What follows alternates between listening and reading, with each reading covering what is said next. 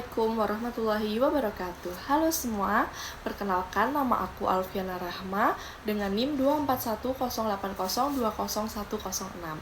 Aku dari kelas C, Program Studi Perbankan Syariah, Fakultas Ekonomi dan Bisnis Islam UIN Sunan Kalijaga, Yogyakarta. Nah, pada video kali ini aku bakal mereview materi yang udah disampaikan oleh Pak Mahfud selama setengah semester 2 kemarin.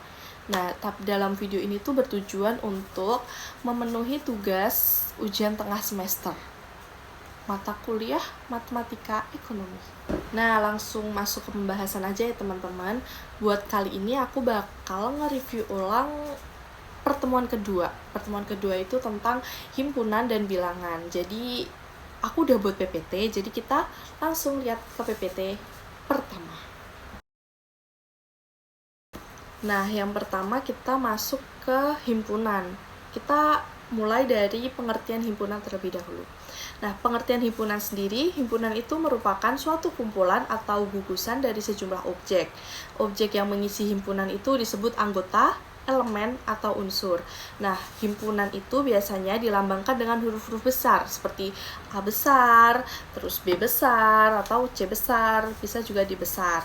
Nah, kalau objek dalam himpunan itu tuh dilambangkan dengan huruf-huruf kecil, ya, A kecil, B kecil, C kecil, maupun D kecil. Lalu di PPT selanjutnya ada tentang penyajian himpunan. Ada beberapa cara buat ini penyajian himpunan. Yang pertama itu mencantumkan seluruh objek yang menjadi anggota suatu himpunan. Contohnya itu A sama dengan buka kurung 1, 2, 3, 4, 5 gitu. Nah, berarti himpunan A itu beranggotakan bilangan-bilangan bulat positif, ya kayak 1, 2, 3, 4 kayak gitu. Nah, habis itu yang kedua, setiap himpunan tertentu dianggap terdiri dari beberapa himpunan bagian yang masing-masing memiliki anggota. Habis itu yang ketiga, himpunan besar tadi dinamakan himpunan universal dan dilambangkan dengan notasi U. Habis itu yang keempat, himpunan kosong adalah himpunan yang tidak memiliki satu anggota, biasanya dilambangkan dengan notasi. Nah, selanjutnya juga ada operasi himpunan. Operasi himpunan di sini ada 4. Yang pertama ada gabungan atau union, yang kedua ada selisih, yang ketiga irisan, intersection, yang keempat ada pelengkap, complementary. Nah, ini kita bisa lihat gambarnya di atas ya. Nah, kita masuk ke bilangan. Kita mulai dari pengertian bilangan terlebih dahulu ya. Bilangan itu merupakan suatu konsep matematika yang digunakan untuk pencacahan dan pengukuran. Bilangan disimbolkan dengan angka. Nah, ada beberapa jenis bilangan. Bilangan itu dibagi menjadi 2, ada bilangan nyata dan bilangan hayal. Setelah itu, bilangan nyata dibagi lagi menjadi 2, yaitu bilangan rasional dan bilangan irasional. Habis itu bilangan rasional dibagi lagi menjadi 2, itu bilangan bulat sama bilangan pecahan. Nah, bilangan bulat dibagi menjadi 3, bilangan bulat asli, bilangan bulat caca, dan bilangan bulat prima. Nah, bisa kalau kalian bingung bisa lihat ini ya, gambar di atas. Selanjutnya kita masuk ke kaidah operasi bilangan. Di situ tertera di PPT ada 6 operasi bilangan. Yang pertama ada kaidah distributif, yang kedua unsur penyama, yang ketiga kebalikan, keempat kaidah komutatif, kelima kaidah asosiatif, dan keenam kaidah pembatalan. Nah, bisa kita lihat operasinya itu kaidah distributif.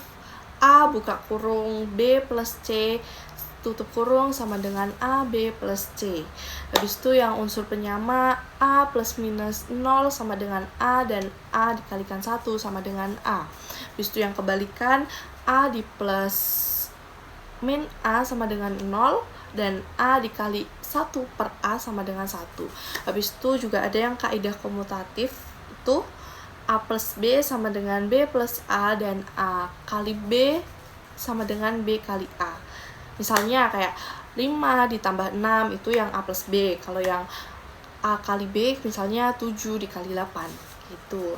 Habis itu ada kaidah asosiatif. Ini kalian bisa lihat ya.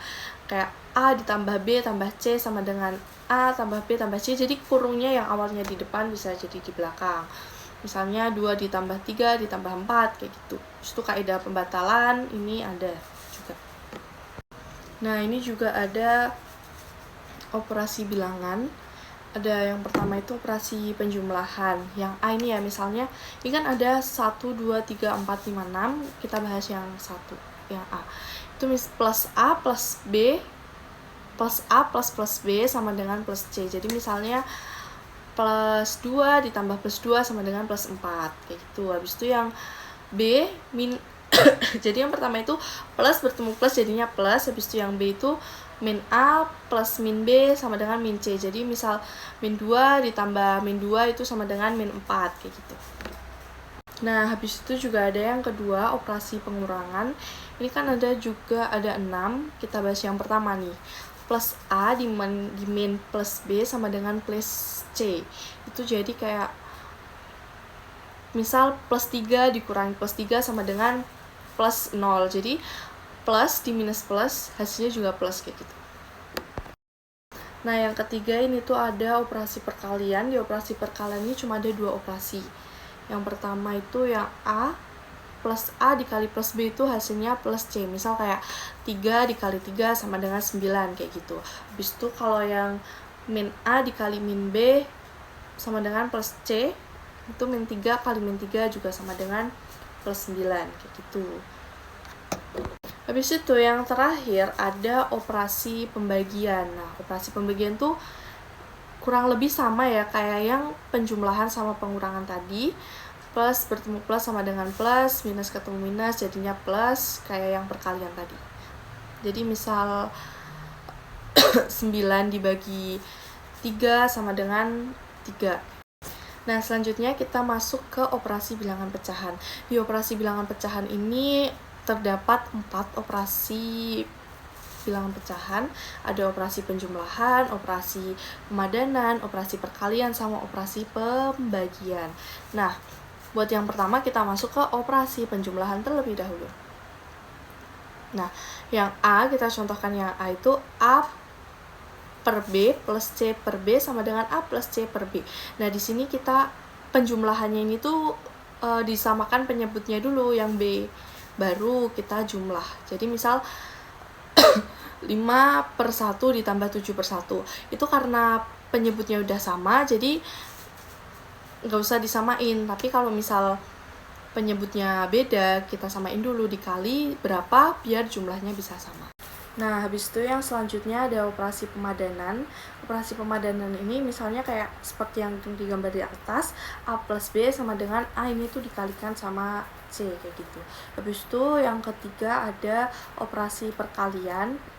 Itu kayak yang di atas ya. Jadi kalau perkalian itu nggak dipermasalahkan antara penyebutnya beda pun nggak apa-apa. Kayak 2 per 5 dikali 3 per 4 itu jadi langsung dikalikan aja, nggak usah disamakan penyebutnya.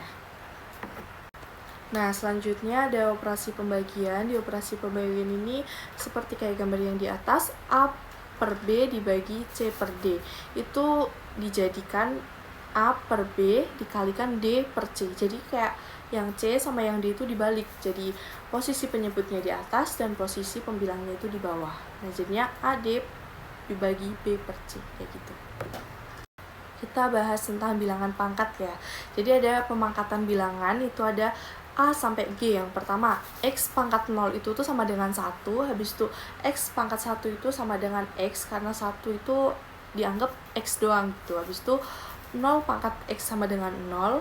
X pangkat min A sama dengan 1 per X pangkat A. Habis itu X pangkat A per B sama dengan akar X A pangkat B. Habis itu X per Y pangkat A sama dengan X per A per Y pangkat A sama dengan 10 pangkat 2 per 5. Habis itu yang terakhir ada X pangkat A pangkat B sama dengan X pangkat AB, kayak gitu. Habis itu ada juga perkalian bilangan berpangkat.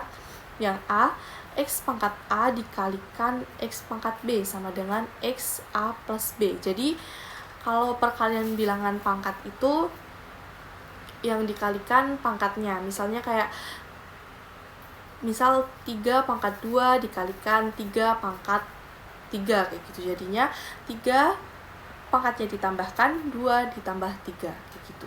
Habis itu yang B ada X pangkat A dikalikan Y pangkat A sama dengan XY pangkat A. Jadi misal 10 pangkat 3 dikalikan 2 pangkat 3 sama dengan 10 dikali 2 dipangkatkan 3, kayak gitu. Habis itu yang selanjutnya ada pembagian bilangan berpangkat. Nah, di pembagian bilangan berpangkat ini sama seperti perkalian, bedanya kalau perkalian tadi kan dijumlah, sedangkan di pembagian ini tuh dikurangi. Jadi misal kayak X pangkat A dibagi X pangkat B sama dengan X dikurangi A min B. Nah, contohnya kayak 5 pangkat 2 dibagi 5 pangkat 3, kayak gitu. Jadinya 5 pangkat 2 dikurangi 3. Nah, yang B, X pangkat A dibagi Y pangkat A sama dengan X per Y pangkat A. Nah, selanjutnya kita masuk ke akar. Akar ini ada pengakaran bilangan, bisa kita lihat dari A sampai E itu X akar B sama dengan X pangkat 1 per B, habis itu yang B X pangkat A akar B sama dengan X pangkat A per B, dan seterusnya. Dan yang terakhir ini ada tentang logaritma. Jadi logaritma itu apa sih? Logaritma itu merupakan inverse atau kebalikan dari proses pemangkatan. Nah, contohnya itu yang kayak di PPT atas. Bentuk pangkat X pangkat A sama dengan B, contohnya 5 pangkat 4 sama dengan 625, kayak 5 dikali 5 dikali 5 dikali 5, kayak gitu. Habis itu yang bentuk akar B sama dengan X di akar A, contohnya 625 sama dengan 5 di akar 4, gitu. Habis itu kalau bentuk logaritma X log B sama dengan A itu 5 log 625 sama dengan 4. Mungkin cukup ini review penjelasan dari saya tentang materi himpunan dan bilangan. Semoga dapat diterima, dan cukup sekian dari saya. Terima kasih. Wassalamualaikum warahmatullahi wabarakatuh.